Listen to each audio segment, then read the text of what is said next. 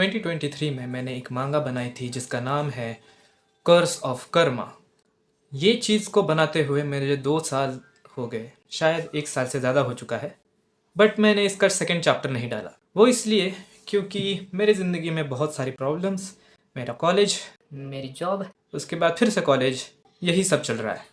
To be honest, मुझे ये अपनी चीज़ को सुधारना था और मुझे एक्चुअल में ये पूरी एक सीरीज़ बनानी थी जिसके लिए मैं बहुत ज़्यादा मोटिवेटेड, बहुत ज़्यादा पैशनेट था।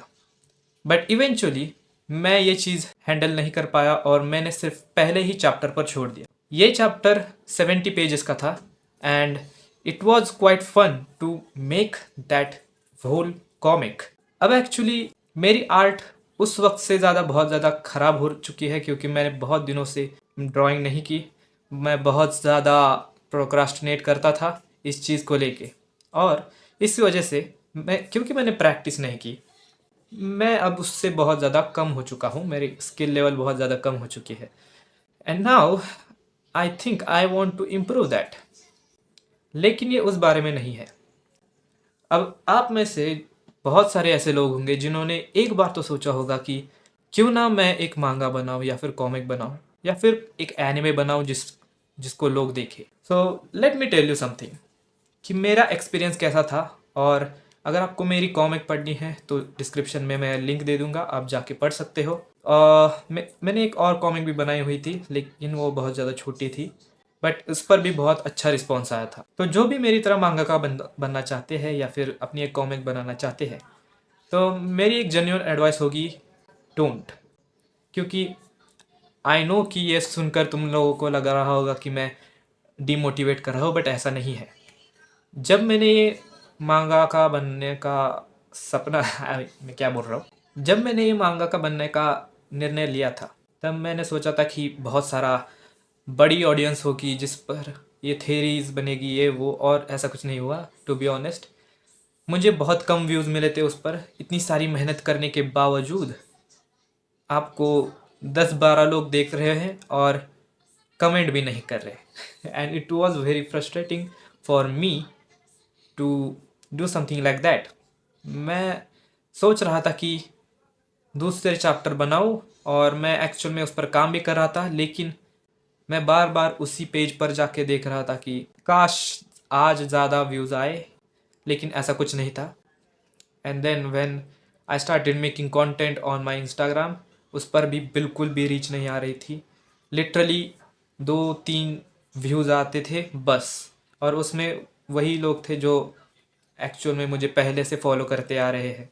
मैं 2019 से कॉमिक्स बना रहा हूँ और आई डोंट थिंक कि मैंने इतनी सारी चीज़ें करी थी और उनमें से एक भी वर्कआउट नहीं करी।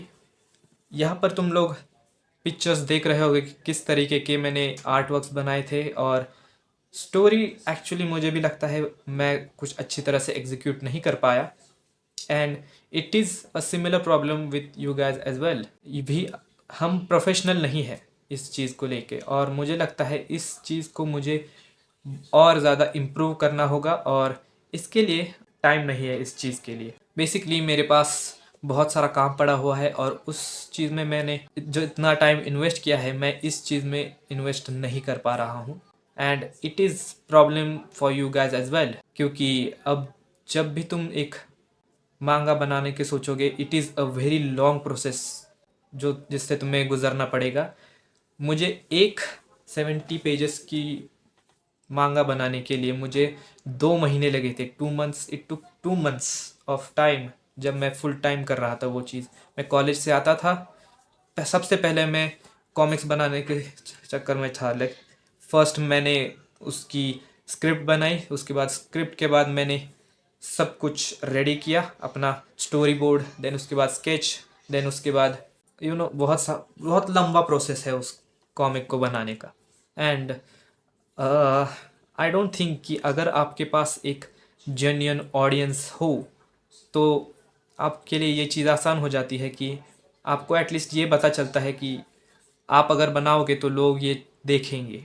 एंड उस वक्त मेरे पास मैंने यही प्रॉब्लम की थी कि मैंने कुछ किया भी नहीं था और मेरे कोई ऑडियंस नहीं थी।